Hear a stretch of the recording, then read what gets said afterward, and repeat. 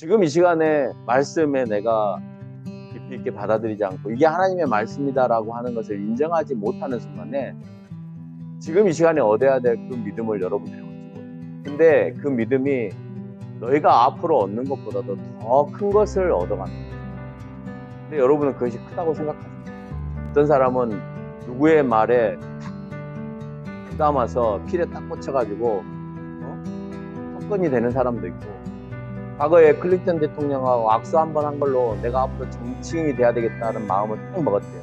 그때부터 공부 추진력을 부여하고 운동이라는 게 달리기를 하는 게 아니라 공부의 운동을 하기 시작해서 그 사람이 반기문이에요. 여러분, 하나님의 말씀이 내 것으로 와서 받는 사람은 그게 나에게 있어서 믿음의 역사로 다가오는 거예요.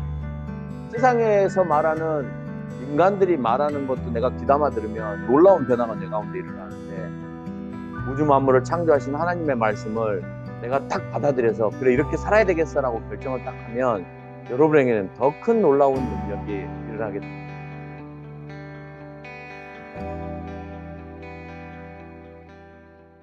말씀을 받을 때 누구의 말씀으로 생각하고 받으라고요?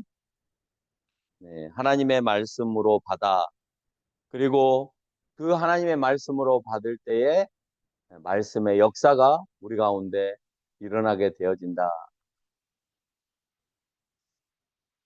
우리가 과거에 그런 얘기를 하죠. 어제도 그런 얘기를 했습니다마는, 선생님께서 이렇게 하면 너희들 앞으로 성장하고 어른이 됐을 때 이렇게 된단다 라고 말할 때, 그게 그 말씀이, 선생님이 하셨던 그 말씀이 내 삶 속에서 그렇게 움직여지면 그런 사람이 되어지지만, 그 말씀이 내 말씀이 아니라 이건 그냥 선생님이 하고 싶으니까 하는 말, 또는 이건 내 말이 아니라 공부 잘하는 저 친구의 말 하고 생각하여서 내 말이 아닌 것처럼 받아들이면 그 사람은 그 선생님이 얘기했던 그 인물이나 또는 그 능력을 갖추는 사람이 절대 될 수 없는 거죠. 그러니까 선생님의 말씀은 틀린 거죠. 왜? 선생님은 너희들이 이렇게 되어지기를 바란단다 라고 하면서 그 안에 전제 조건이 있는데, 전제 조건은 내가 따르려고 하지 않고 그렇게 된단다 라고 하는 말에서 그렇게 안 됐기 때문에, 선생님의 말이 틀린 것처럼 보이지만, 선생님의 말씀은 무엇이 된다로만 끝난 것이 아니라 앞부분에서 얘기하고 있는 너희가 이렇게 할 때 그렇게 된단다 라는 것이 포함되어 있다. 말씀이나 상대방의 권위 있는 말씀이나 또 그 말씀을 통해서 행동으로 옮겨지는 것도 역시 하나님께서 이미 인간을 창조하고 만들 때에 해놓았던 방법이고, 그래서 그 방법이 사람이 만들어 놓은 것이 아니라 이미 하나님께서 그 방법을 만들어 놓고 인간들은 사용하고 있는 것이기 때문에, 인간들 안에서 이루어지는 그 모든 일들을 통해서 하나님의 하시는 그 방법들도 우리가 이해하고 생각해 볼 수 있다. 오늘 우리는 올해 표어를 믿음에 도약하는 교회가 되자라고 했습니다. 데살로니가 전서에서는 데살로니가 지역의 성도들의 믿음이 어떻게 도약했는지를 우리에게 보여주고 있습니다. 그래서 오늘 데살로니가 전서 안에서 데살로니가 교인들이 어떤 믿음으로 성장하고 도약하고 있는가 하는 것을 살펴보는데 우리가 중심을 좀 맞춰보고자 해요. 도약은 국어사전적인 의미에서 스스로 추진하는 운동을 도약이라고 해요. 추진하기 위해서. 그러니까 여기에서의 핵심은 추진이에요. 두 번째 중요한 단어가 있다면 운동이에요. 내가 어떤 추진력을 갖기 위해서는 운동하지 않으면 가질 수가 없어요. 그래서 도약이라고 하는 말은 더 넓게, 더 높이 뛰기 위해서 하는 발버둥과 같은 거죠.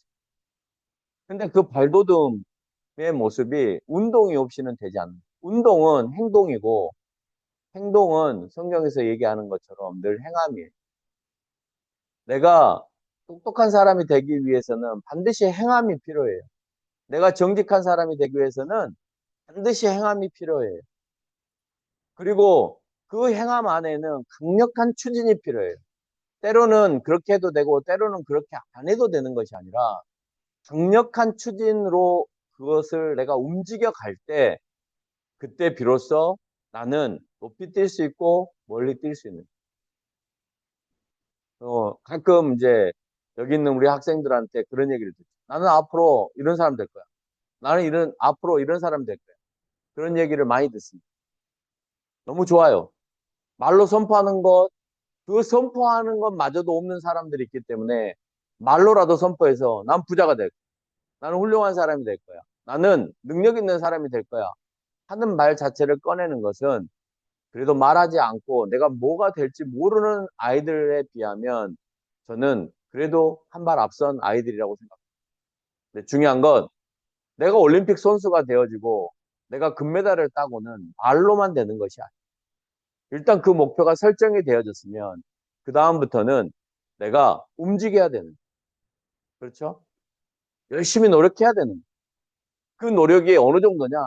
추진체를 달고 내 몸이 아스라질 정도로까지 해야 돼요. 근데 제가 보니까 운동만 뼈가 아스라질 정도로까지 해야 올림픽 선수가 되는 게 아니라 공부도 한 분야의 두각을 나타내려면 온 몸이 다 상해야 그 분야의 독보적 존재가 됩니다. 그것도 하루 이틀이 아니라 수십 년을 해야 돼요.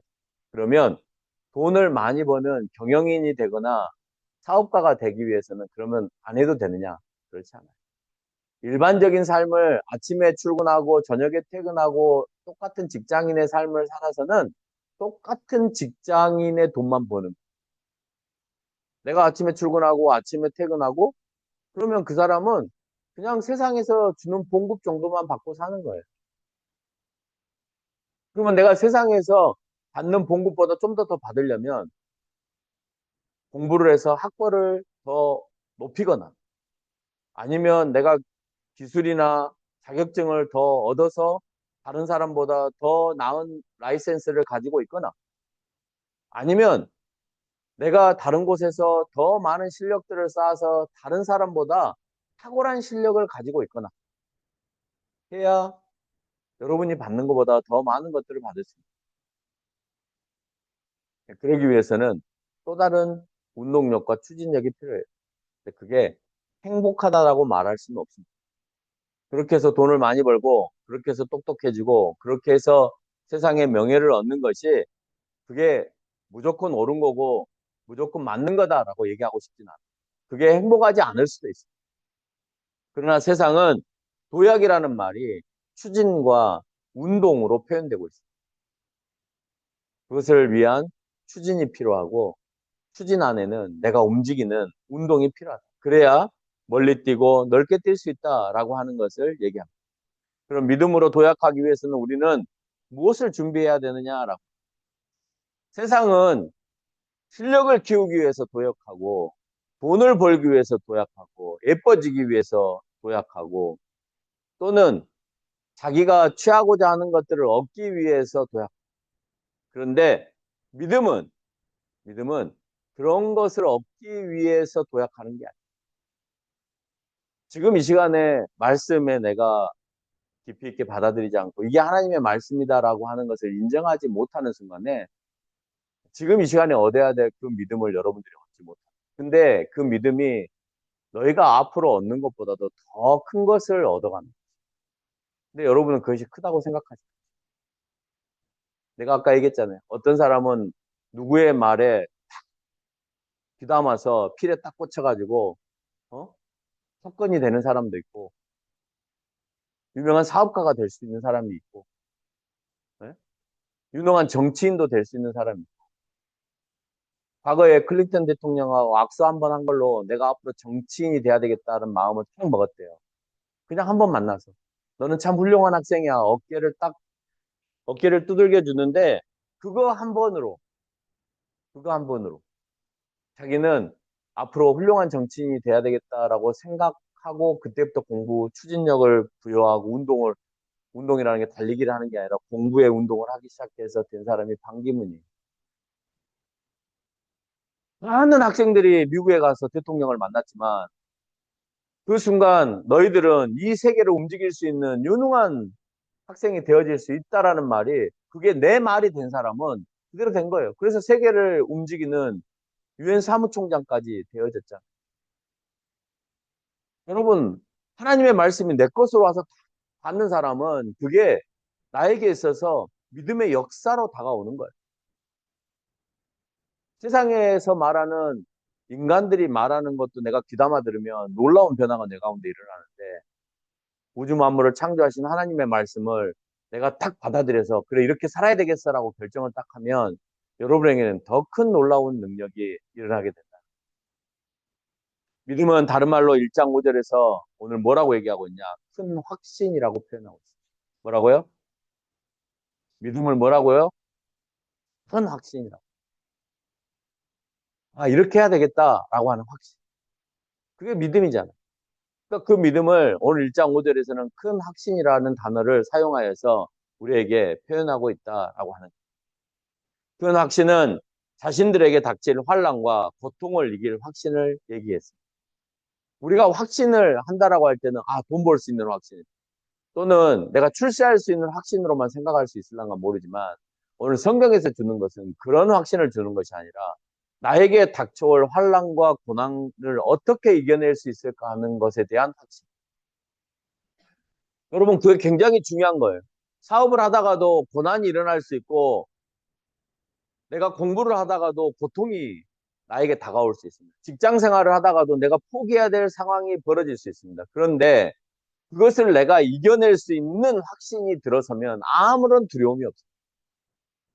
그런데 내가 그것을 이겨낼 수 없는 마음의 상태다라고 하면 나는 정말 하염없이 내 모든 것들이 다 무너져 내리는 그런 상황에 되어지는 거예요.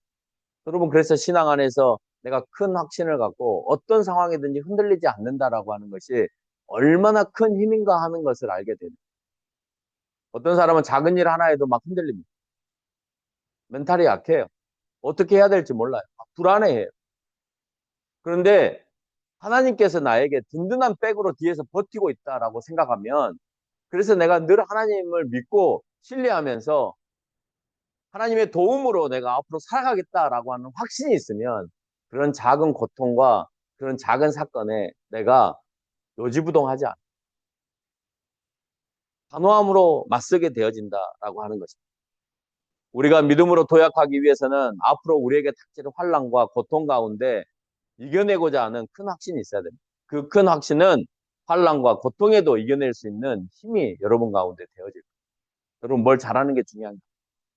공부를 하다 보면 환난이 있을 수 있어요. 돈을 벌다 보면 내가 환난이 있을 수 있고, 내가 어떤 일을 하다 보면 문제가 발생할 수 있어요. 그런데 거기서 자포자기라는 사람이 있고 그걸 밟고 일어나는 사람이 있어요. 여러분, 그 밟고 일어날 수 있는 믿음을 갖는 것이 굉장히 중요한 겁니다. 많은 일들이 벌어질 수 있어요. 아이들을 키울 때요, 사건, 사고 수도 없이 많이 일어나. 수도 없이 많은 일들이. 근데 그게 아기 때만 있는 게 아니에요. 성장하면서 성인이 돼서 장가를 가고 또 나이가 먹어가도 그런 일들은 수도 없이 많이 일어나. 여러분, 그럴 때마다 무너질 거예요. 그럴 때마다 내가 사람만 의지하고 세상만 의지할 거예요. 여러분, 사건, 사고가 없는 것이 얼마나 행복한 일인지 여러분이 잘 알거예요. 오늘같이 그냥 아무 일이 일어나지 않는 이 날이 얼마나 감사한 일인지 내가 늘 여러분한테 얘기하죠. 무슨 일이 일어나는 순간 나는 불행해지는 거예요. 근데 내가 무슨 일이 일어나지 않는 이 순간에 대해서 왜 하나님께 감사하지 못하냐. 여러분, 아무것도 안 일어나는 게 얼마나 감사한지 몰라요, 여러분. 뭔 일이 일어나야 지난 날을 회상하면서 그때가 좋았는데 그럴 거예요? 아니에요. 지금 아무 일이 일어나지 않는 이때가 가장 행복한 일이 사건이고 가장 평화로운 일인 거. 이걸 여러분이 즐겨야 돼. 근데 그걸 뭘로 즐기냐? 믿음의 확신을 갖고 즐겨야 돼. 내가 그냥 단지 이런 날이 있으니까 즐겨야 된다가 아니라 믿음이 있으면 그게 더 크고 더 행복함이 더 커지게 느껴지는 거예요. 데살로니가 전서에서 처음으로 믿음을 언급하는 곳이 있는데 1장 3절입니다. 여기서 바울은 데살로니가 교회를 향해서 인사를 할 때 너희의 믿음의 역사라는 말을 사용해요. 믿음의 역사. 이 말은 데살로니가 교회가 데살로니가 교회를 통해서 놀라운 역사가 일어났음을 의미하는, 너희 믿음을 통해서 너희 교회 안에 놀라운 일이 일어났다. 그럼 데살로니가 교회에서 어떤 역사가 일어났을까? 그것은 그 교회에 닥친 환난과 시험 가운데에서 이겨내는 역사가 일어났어요. 그럼 데살로니가 교회는 어떤 환난과 시험을 당하고 있었어요? 2장 14절에서 보니까 유대인들에게 고난을 당했다라고 표현하고 있습니다. 그건 유대인들이 이미 자기네들이 가지고 있었던 잘못된 진리, 올바르지 않은 복음, 그것을 그 데살로니가 지역에 있는 유대인들에게 종용하고 압박하고 그렇게 해야 된다라고 가르치는 거였어요. 근데 그게 옳지 않은 거예요. 너희들이 지키는 절기, 너희들이 지키는 할례, 너희들이 지키는 그 율법의 그 모든 것들이, 그 전통들이 오늘 복음 앞에서 의미가 없음을 개혁해야 되는 거였어요. 얼마나 고통스럽겠어요. 지금 우리는 쉽게 말하지만 지금까지 지켜왔던 것들을 버리고 새로운 것을 한다는 것은 굉장히 예, 쉬운 일이 아니었다라고. 근데 그것을 참아내고 믿음으로 이겨냈다라고 말하고 있습니다. 그럼 믿음의 역사는 언제 일어나느냐? 첫째, 2장 13절에서 말하고 있는 대로 성경을 하나님의 말씀으로 받아들일 때 역사가. 여러분 성경을 읽으면서 나에게 하시는 말씀, 이런 놀라운 역사가 나를 통해서 일어난다라고 하는 것을 내가 받아들일 때, 그때 여러분 가운데에서 오늘 데살로니가 교회에 일어난 그 역사가 일어난 것처럼 우리 교회 가운데도, 여러분 가정 가운데도 일어나는, 말씀과 같은 지시나 명령이나 준거나 기준이나 정보나 매뉴얼이 없으면 역사가 무엇으로 어떻게 일어나는지 우리가 알 수 없잖아요. 그런 기준이 없습니다. 그 모든 내용을 포함하고 있는 것이 말씀인 거예요. 성경인 거예요. 저는 과학자들이 얘기하는 걸 보면서 참 놀라는 것이, 천국은 새로운 세상이죠. 그렇죠. 천국이라고 하는 것이 도대체 어디에 있는지 알 수 없죠. 그런데 과학자들이 얘기하는 우주에는 우리가 상상하지 못하는 많은 다양한 것들이 존재한다. 어느 공간에 가면 계속해서 하염없이 빠져들어가는 그런 공간이 있는가 하면, 어느 곳에 가면 하염없이 밝은 세상만 존재. 어느 곳에 가면 그건 우리가 늘 막 좋아하는 그런 다이아몬드와 같은 그런 결정체를 가지고 있는 그런 별들만 존재한다. 그러니까 우리는 천국이 어디 있어라고 얘기하지만 우주 공간에는 우리가 상상할 수 없을 만큼의 다양한 공간들이 존재하고, 그 공간 가운데 어딘가에 하나님께서 우리를 통해서 준비해 놓으신 그 공간들이 준비되어져 있다라는 것을 과학자들의 설명을 통해서 우리는 더 다양하게 알게 되어집니다. 둘째는 1장 9절에서 언급하고 있는 우상을 버리는 일이 너희에게 믿음의 확신의 모습이다라고 표현하고 있습니다. 우리는 우상하면 다른 종교를 믿는 것, 또는 그 종교가 만들어 놓은 형상, 그 형상 만들어진 그 우상들을 믿는 것을 우리는 우상이라고 생각해요. 근데 그렇지 않아요. 그것만이 우상이 아니에요. 그것도 우상이에요. 뭐가 우상이냐? 삼위의 하나님 밖에 있는 절대적인 신뢰. 여러분이 신뢰하고 있는 게 뭐예요? 돈이에요?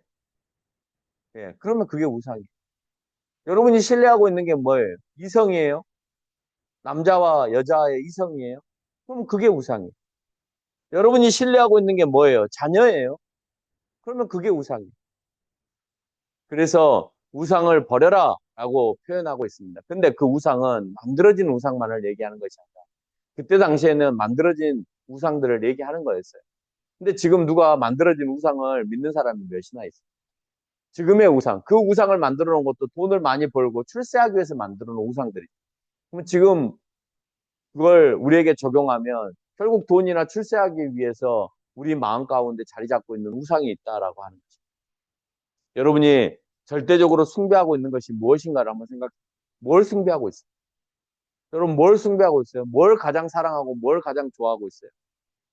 그 절대적으로 숭배하는 것과 예수 그리스도를 향한 믿음과 바꾸지 않으면 여러분의 믿음은 도약되지 못해요.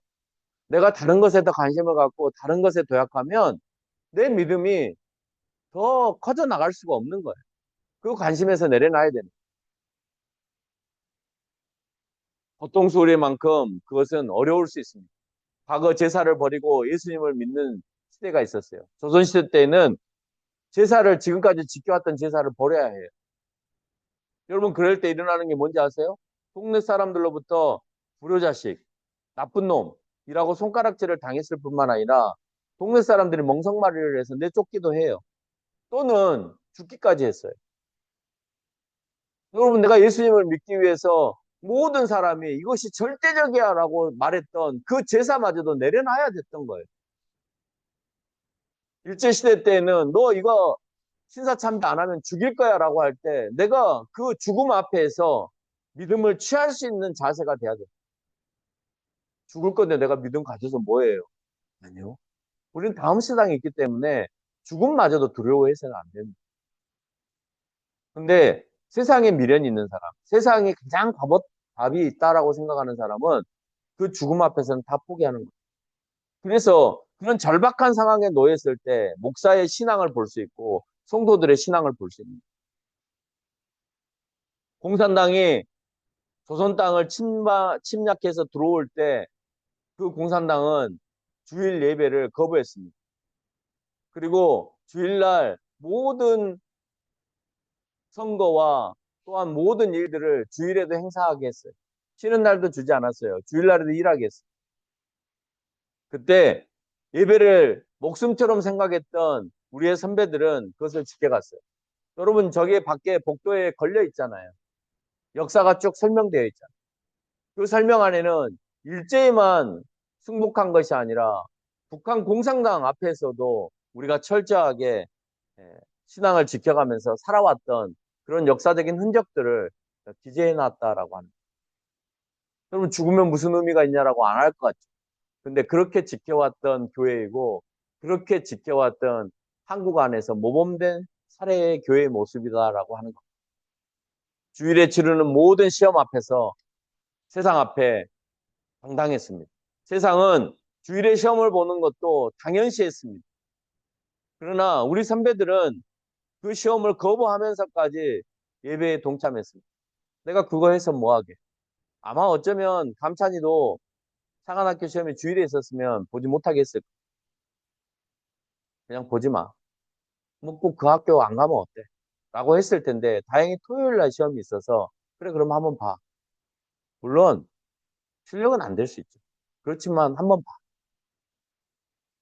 수능을 위해서도 미리 한번 보는 거는 매우 유익할 것 같아서 그렇게 했습니다. 근데 세상을 살면 그런 유혹들은 얼마든지 있을 수 있어요.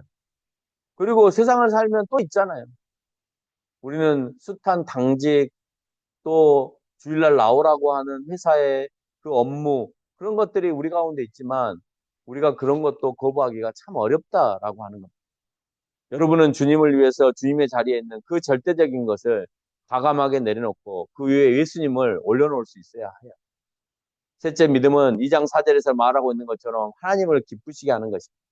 이 기쁘시게 함의 핵심은 누누이 말씀드리는 것지만 복음을 전하는 거예요. 그 일에 충성하는 거예요. 그거보다 예수님을 더 기뻐하게 하는 건 없습니다. 또한 일상에 어떤 일을 할 때 어떤 선택을 하면 주님께서 기뻐하실까를 늘 생각해야 돼요. 기도하면서 하나님은 이렇게 선택하는 걸 좋아하실까? 이렇게 선택할까? 그걸 내가 묻고 성령이 주시는 그 답 안에서 답을 찾는 거예요. 그게 믿음이 성장하는 거예요. 그런 작업을 수도 없이 반복할 때 내 믿음의 체질이 커져가는 거예요. 그 체질은 어디에서 나오냐? 하나님께 늘 기도하면서 나오는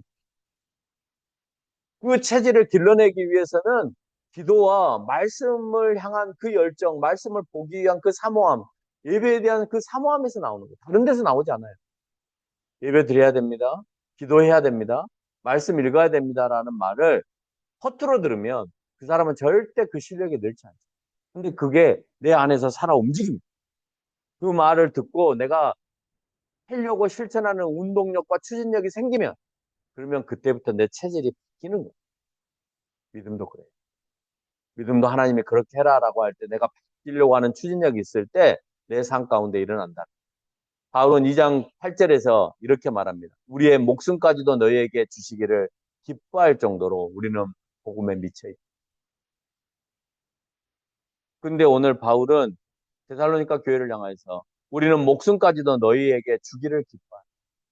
너희가 믿음이 자라나게 하기 위해서 나는 복음을 전하는 일을 주님께 맡았는데 너희들의 그 믿음이 성장할 때까지 그 복음을 위해서 나는 목숨까지도 아끼지 않는다라는 열정을 그들에게 부여한다.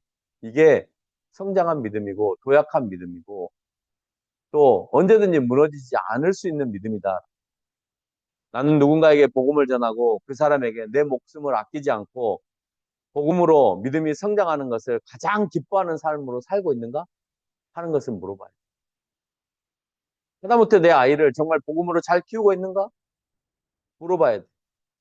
저 아이가 복음으로 잘 크기 위해서 나는 최선을 다해서 주님 앞에 하고 있는가 물어봐야 돼. 이런 상황에서 1장 7절로 8절에서 데살로니가 교회는 모든 믿는 자의 본이 되었을 뿐만 아니라 믿음의 소문이 각처에 퍼져나갔다라고 하고 있습니다. 본이 되었어요.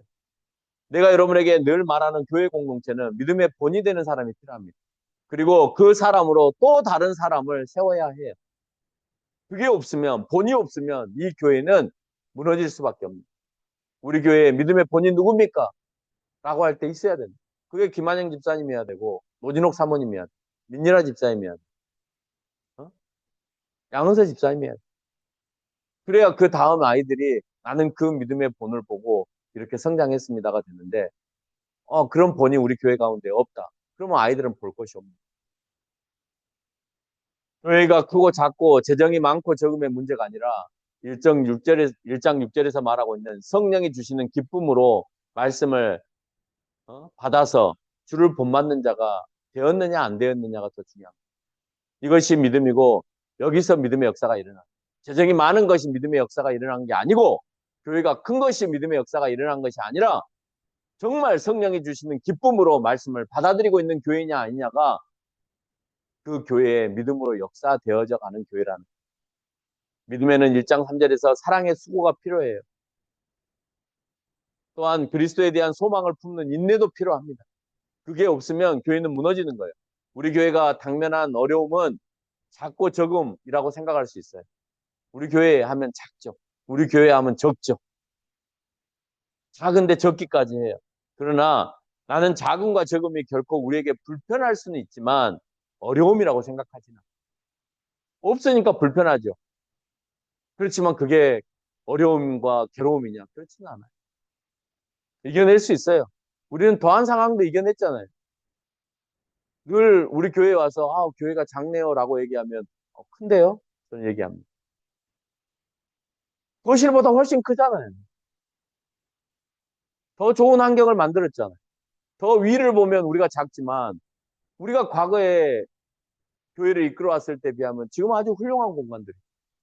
물론 더 성장해서 더 좋은 공간으로 확장하면 더 좋겠지만 우리 교인 안에서의 성장이 없는데 그게 무슨 의미가 있겠어요? 없죠.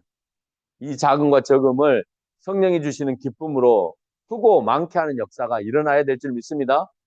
여러분 마음이 커져가야 진짜 그게 커져가는 거지. 교회가 커져가고 재정이 많아지고가 커져가는 게 아니에요.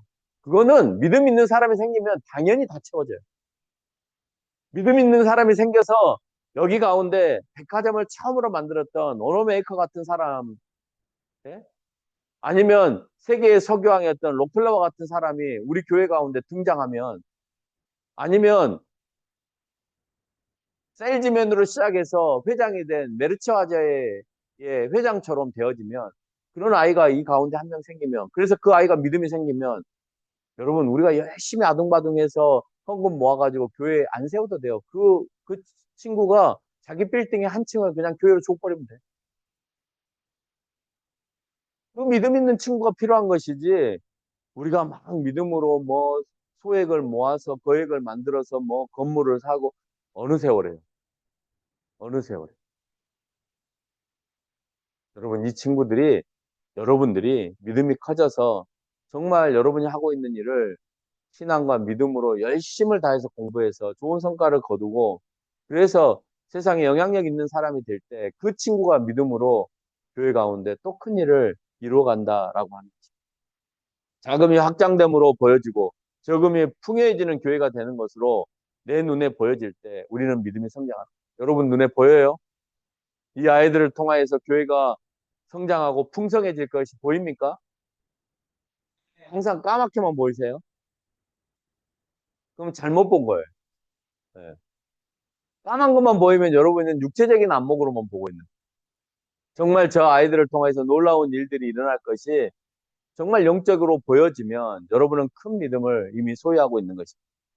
그렇지 않고 항상 자금과 적음만 보이는 사람은 믿음이 자라나지 않아요. 우리 교회는 왜 이렇게 작아? 우리 교회는 왜 이렇게 뭐가 없어? 우리 교회는 왜 이렇게 아이들이 자라나지 않아? 그럴 수 있습니다. 그러나 내 눈에는 미미하게 자라나고 있는 모습들이 보이고 있다는 거예요. 목사는 이 일을 위해서 기도하고 말씀을 통해서 여러분에게 제시하고 자금이 확장되음을 맛보게 해주는 역할을 하는 게 목사입니다. 목사가 성경을 통해서 여러분에게 선포할 때 여러분의 시선이 넓어져야 돼요. 갑자기 내 영혼이 확장되어져야 돼요. 그런 느낌을 받아야 돼요. 근데 전혀 그런 감흥이 나에게 없어요. 신앙의 감흥이 없어요. 그러면 목사는 설교를 잘못하고 있거나 오늘 성령이 여러분 가운데 역사하고 계시죠. 근데 말씀이 여러분 가운데 오늘 주신 말씀이 여러분 가운데 살아 역사해서 그래 크고 확장되어진다라고 하는 것은 눈에 보이는 것만이 아니라 저 몸 안에서 꿈틀거리고 있는 저 믿음들이 커져가는 것이구나 하는 것을 우리가 알아야 된다. 결론을 맺겠습니다. 믿음이 커진다라고 하는데 때로는 3장 2절에서 믿음의 위로를 받아야 될 때도 있습니다. 위로를 하는 이유는 어려움 가운데 흔들리지 않게 하기 위해서 위로를 받습니다. 그럼 그 흔들림을 잡아주는 것은 누가 하느냐? 더 믿음이 좋은 사도들이 하는 거예요. 더 믿음이 좋은 사람이 하는 거예요. 그래서 교회는 믿음이 좋은 사람이 있어야 되고 신앙의 모범이 되는 사람이 있어야 그 흔들려 있는 사람을 잡아줄 수 있어요. 집안에서 어려움이 있을 때 누가 잡아줘요? 누가 잡아줘요? 정신력이 강한 사람이 잡아줘요. 그렇죠? 멘탈이 강한 사람이 잡아줍니다. 멘탈이 약하거나 자기가 도움을 줄 수 없는 사람은 절대 그 일을 잡아줄 수가 없는 거예요. 그냥 당신 알아서 하세요가. 마찬가지입니다. 교회 안에서 그 사람의 어려움과 고난을 잡아줄 수 있는 사람은 누가 하느냐? 신앙의 멘탈이 강한 사람이 잡아줄 수 있어요. 그건 신앙의 모범인 사람이 할 수 있어요. 그걸 누가 해야 돼? 여러분이 해야 돼. 교회의 믿음의 어른은 나이가 아니에요. 여러분 나이 많으신 분들이 믿음의 어른이 아니에요. 믿음이 큰 사람이 어른이에요. 어린아이가 신앙과 믿음을 가지고 기도하고 그렇게 살아가고 있다면 믿음적으로는 아이가 어른이 될 수는 없어요. 여러분 어른은요 그 사람을 이끌어낼 수 있는 능력 있는 사람이 어른인 거예요. 신앙의 믿음이 큰 사람은 아무리 나이가 어려도 신앙의 어른이 될 수 있는 겁니다. 그 사람은 믿음이 약한 성도들을 늘 찾아보면서 권면하고 세우는 일을 합니다. 데살로니가 전서는 3장 5절에서 그 사람을 소개하는데 뭐라고 소개하느냐? 너희 믿음을 알기 위하여 그를 디모데를 보내었다라고 표현합니다. 디모데가 그들의 모범이었다. 흔들려 있을 때 모범으로 누군가를 보낼 수 있는 사람. 자기가 신앙이 흔들려 있을 때 찾아올 수 있는 목사에게만 찾아오는 거죠. 교회는 그런 어른들이 꽤 많아요. 근데 우리 교회는 그렇게 많지 않은 것 같아요. 누가 해야 돼? 여러분이 지금 하셔야만 이 아이들이 건강해질 수 있다. 약한 믿음은 믿음의 본이 되는 사람의 위로만으로는 안 됩니다. 그것을 극복하기 위해서 3장 10절에서 말하고 있는 것처럼 주님께 간구함이 있어야 돼요. 그 간구함이 부족하면 보충되어질 수 없어요. 왜냐하면 믿음이 약해서 우리는 무너져 내릴 수밖에 없고 하나님 앞에 불순종의 죄를 지을 수밖에 없기 때문에 그래요. 믿음이 약하면. 근데 3장 13절에서 거룩함에 흠이 없게 하기 위해서 우리는 주님 앞에 기도로 간구한다 그랬어요. 더 커져가기 위해서는 내가 흔들리지 않게 해서 죄 짓지 않게 해서는 불순종하지 않게 해서 반드시 해야 되는 건 기도다라고 표현합니다. 기도가 하찮은 것이 아니고요. 하기 싫은 게 아니라 여러분에게 능력을 부여하는 원동력이라는 사실을 기억하셔야 됩니다. 어떤 문제가 생길 때 무릎 꿇고 기도하세요가 답답한 말이 아니라, 아, 그래야지. 내가 왜 하나님께 기도하지 않았지? 이런 생각이 들어야 되는 거예요. 왜 내가 지금 사람들하고 상의하고 있지? 내가 왜 하나님께는 한 번도 묻지 않지? 이런 생각이 들어야 된다. 믿음이 커지면 교회는 어떤 일이 일어나느냐? 3장 7절의 말씀처럼 너희 믿음으로 너희에게 위로를 받는다. 믿음이 커지면요, 서로에게 위로를. 아무런 일이 끼지 않았는데도 위로를. 내 지금 주변에 고난과 환란이 있는데도 나는 위로를. 믿음이 있기 때문에. 여러분 그렇잖아요. 내가 아는 권사님이 그렇다 하더라고요. 전쟁통에 막 폭격을 하는데 아이를 잃어버렸어요.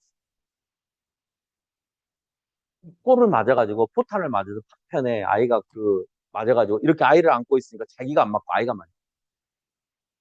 아이를 잃었어요. 피난길에 아이가 죽었으니 고향에 데리고 갈 수도 없잖아요. 그렇다고 해서 죽은 아이를 계속 메고 다닐 수도 없잖아요. 그러니까 그 땅에다 그냥 묻고 어딘지 모르는 그 땅에다 묻고 몇 날 며칠을 울고 가는데 어떤 아주머니가 자기 옆에 딱 오더니 어깨를 딱 껴안아주면서 너무 상심하지 마. 산 사람은 살아야지. 그랬다. 죽은 아이는 네 마음에서 떠나보내고 너는 아직 젊으니까 또 그런 아이를 또 네가 가슴에 품고 낳으면 되잖아. 근데 네가 살아야 그런 아이도 낳을 거 아니야. 라고 했답니다. 그랬더니 이 사람이 그 말을 듣고 화가 나서 당신이 자식 잃은 그 서러움을 알아? 그 슬픔을 알아? 라고 말하면서 위로해주는 그 아줌마에게 큰 소리를 쳤다는 거예요. 그 소리를 들은 위로를 해주러 온 그 아줌마가 그 소리를 듣고 너무 이제 당황스러운 거예요. 그 소리를 다 듣고 나서 그렇게 막 자식 잃어 슬퍼하는 그 아줌마에게 뭐라고 했냐면 나는 오는 길에 넷을 잃었어.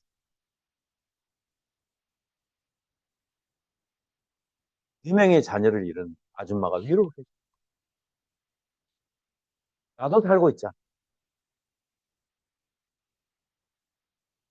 근데 왜 못 살아? 우리가 살아야 자식 대신으로 우리가 더 잘 살 수 있을까라고 얘기했다는 거예요. 여러분 더 큰 거죠. 그게 어디에서 나오겠어요? 그게 같이 제가 들은 소리로는 그 안에서 같이 신앙생활하면서 나온 그 성도들 안에서 일어난 일이 믿음 안에서 그 사람을 서로 다 미쳤겠죠. 오는 길에 자녀를 다 잃었는데 다 미쳐야 맞죠. 근데 그 사람이 강해져 있고 다른 사람에게 위로를 줘. 왜? 신앙 안에서 그게 가능하기 때문에 좋은 곳에 갔잖아. 이 슬픈 거 안 봐도 되잖아. 이 고통스러운 날들 안 보내도 되잖아. 그 아이는 천국에서 하나님 품에 있어. 근데 왜 걱정해? 그 말을 듣고 위로가 돼. 그래서 지금까지 살아가고 계세요. 말씀에 순종하여서 고난과 고통을 이겨낸 큰 믿음을 보면 위로가 되어집니다. 그래서 큰 믿음은 어려움 가운데 이겨내는 능력입니다. 우리는 이 큰 믿음을 향해서 기도와 예배와 말씀 묵상과 복음 증거에 도약하는 한 해가 되어지기를 주님의 이름으로 축원합니다.